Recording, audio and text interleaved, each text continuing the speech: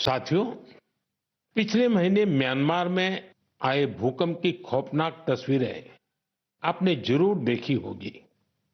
भूकंप से वहां बहुत बड़ी तबाही आई। मलबे में फंसे लोगों के लिए एक एक सांस, एक एक पल कीमती था। इसलिए भारत ने म्यांमार के हमारे भाई बहनों के लिए तुरंत ऑपरेशन ब्रह्मा शुरू किया। एयरफोर्स के एयरक्राफ्ट से लेकर नेवी के शिप्स तक म्यांमार की मदद के लिए रवाना हो गए। वहां भारतीय टीम ने एक फील्ड हॉस्पिटल तैयार किया। इंजीनियरों की एक टीम ने अहम इमारतों और इंफ्रास्ट्रक्चर्स को हुए नुकसान का आकलन करने में मदद की।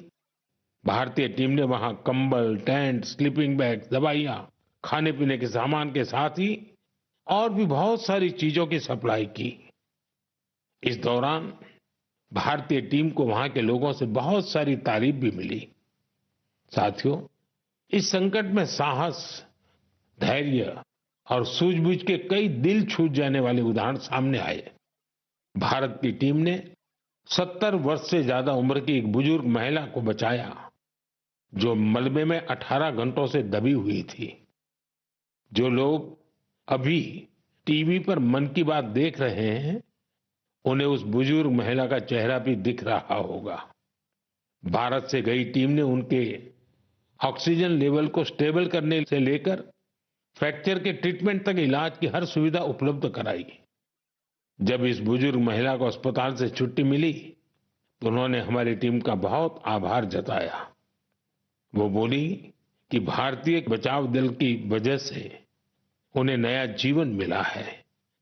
बहुत से लोगों ने हमारी टीम को बताया कि उनकी वजह से वो अपने दोस्तों और रिश्तेदारों को ढूंढ पाए। साथियों, भूकंप के बाद म्यांमार में मांडले की एक मॉनेस्ट्री में भी कई लोगों के फंसे होने की आशंका थी। हमारे साथियों ने यहां भी राहत और बचाव अभियान चलाया। इसकी वजह से उन्हें बौद्ध भिक्षुओं का ढेर सारा आशीर्वाद मिला। हमें ऑपरेशन ब्रह्मा में हिस्सा लेने वाले सभी लोगों पर बहुत गर्व है। हमारी परंपरा है, हमारे संस्कार है, वसुधैव कुटुंबकम की भावना। पूरी दुनिया एक परिवार है। संकट के समय विश्व मित्र के रूप में भारत की तत्परता और मानवता के लिए भारत की प्रतिबद्धता हमारी पहचान बन रही है। साथियों, मुझे अफ्रीका के इथियोपिया में प्रवासी भारतीयों के एक अभिनव प्रयास का पता चला है। इथियोपिया में रहने वाले भारतीयों ने ऐसे बच्चों को इलाज के लिए भारत भेजने की पहल की है, जो जन्म से ही हृदय की बीमारी से पीड़ित हैं। ऐसे बहुत से बच्चों की भारतीय परिवारों द्वारा आर्थिक मदद भी की जा रही है। अगर किसी बच्चे का परिवार पैसे की वजह से भारत आने में असमर्थ है, तो इसका भी इंतजाम हमारे भारतीय भाई बहन कर रहे हैं। कोशिश ये है कि गंभीर बीमारी से जूझ रहे इथियोपिया के हर जरूरतमंद बच्चे को बेहतर इलाज मिले। प्रवासी भारतीयों के इस नेक कार्य को इथियोपिया में भरपूर सराहना मिल रही है। आप जानते हैं कि भारत में मेडिकल सुविधाएं लगातार बेहतर हो रही है। इसका लाभ दूसरे देश के नागरिक भी उठा रहे हैं। साथियों, कुछ ही दिन पहले भारत ने अफगानिस्तान के लोगों के लिए बड़ी मात्रा में वैक्सीन भी भेजी है। ये vaccine rabies, tetanus, hepatitis B और इन्फ्लुएंजा जैसी खतरनाक बीमारियों से बचाव में काम आएगी।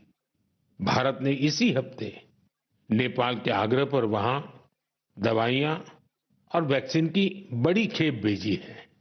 इनसे थैलेसीमिया और सिकल सेल डिसीज के मरीजों को बेहतर इलाज सुनिश्चित होगा। जब भी मानवता की सेवा की बात आती है, तो भारत हमेशा इसमें आगे रहता है और भविष्य में भी ऐसी हर जरूरत में हमेशा आगे रहेगा। साथियों, अभी हम डिजास्टर मैनेजमेंट की बात कर रहे थे और किसी भी प्राकृतिक आपदा से निपटने में बहुत अहम होती है आपकी अलर्टनेस, आपका सचेत रहना। इस अलर्टनेस में अब आपको अपने मोबाइल के एक स्पेशल ऐप से मदद मिल सकती है। ये ऐप आपको किसी प्राकृतिक आपदा में फंसने से बचा सकते हैं और इसका नाम भी है सचेत। सचेत ऐप भारत की नेशनल डिजास्टर मैनेजमेंट अथॉरिटी ने तैयार किया है।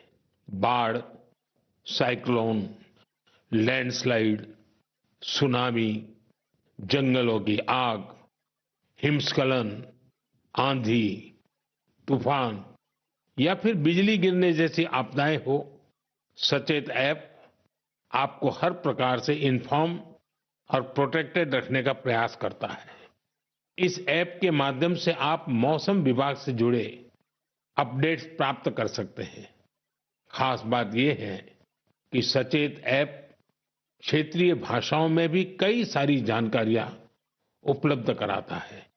इस ऐप का आप भी फायदा उठाएं और अपने अनुभव हमसे जरूर साझा करें।